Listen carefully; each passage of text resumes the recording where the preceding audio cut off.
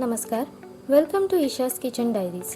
पावसाळ्यात मिळणारी अशी एक रानभाजी जी चवीला भन्नाट आणि आरोग्यासाठीही खूप फायदेशीर आहे। तुम्ही कधी काटल्याची म्हणजेच कंटोळ्याची भाजी खाल्ली आहे का? जर नाही तर आजची ही रेसिपी नक्की शेवटपर्यंत बघा। आपल्या कोकणात खूप प्रसिद्ध असलेली ही आयुर्वेदिक रानभाजी पावसाळ्यात खास आवर्जून बनवली जाते। चला तर मग रेसिपीला सुरुवात करूयात। सर्वात आधी मी काटले स्वच्छ पाण्याने 2 ते 3 वेळा धुवून घेतले आहेत। आता हे उभे कापून आतल्या बिया काढून घेऊया। एक महत्त्वाची गोष्ट लक्षात ठेवा, जर बिया अगदी कोवळ्या असतील तर त्या काढायची गरज नाही, पण जर बिया पिकलेल्या आणि कडक असतील तर त्या नक्की काढून टाका।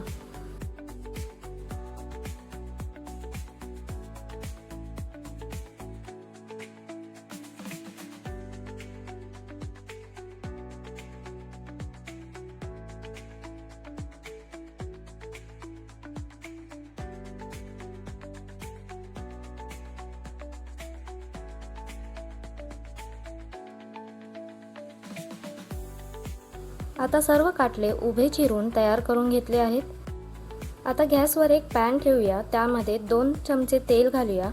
तेल गरम झाल्यावर त्यात 1 चमचा मोहरी घाला।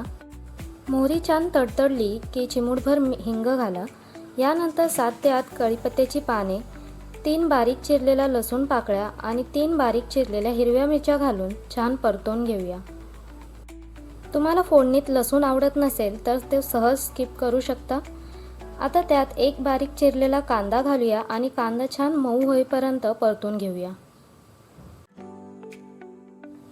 कांदा छान गुलाबी आणि मऊ झाला आहे। आता त्यामध्ये अर्धा चमचा हळद आणि थोडंसं लाल तिखट घालून मसाले एकजीव करून घेऊया।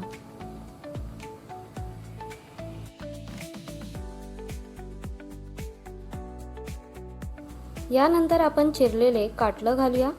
चवीनुसार मीठ घालून सर्व मसाले भाजीला छान लागतील असे हलक्या हाताने मिक्स करून घ्यायचे आहेत।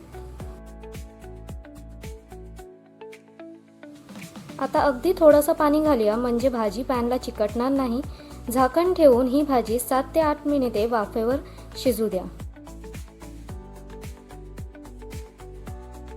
7 ते 8 मिनिटांनंतर बघा, काटल्याची भाजी किती छान मऊ आणि सुंदर शिजली आहे। आता शेवटी त्यात ताजा किसलेला ओला नारळ घालूया। ओल्या नारळामुळे या भाजीची चव आणखी पटीने वाढते।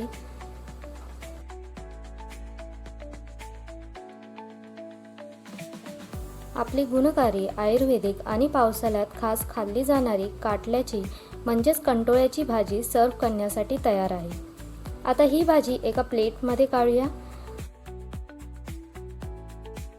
वरून पुन्हा थोडासा ताजा ओला नारळ घालूया।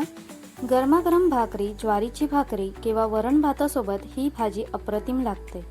जर तुम्हाला अशाच पारंपरिक, चविष्ट आणि हेल्दी रेसिपी आवडत असतील तर व्हिडिओला लाईक करा, चॅनलला सबस्क्राईब करा आणि ही रेसिपी तुमच्या मित्रमैत्रिणींनाही नक्की शेअर करा।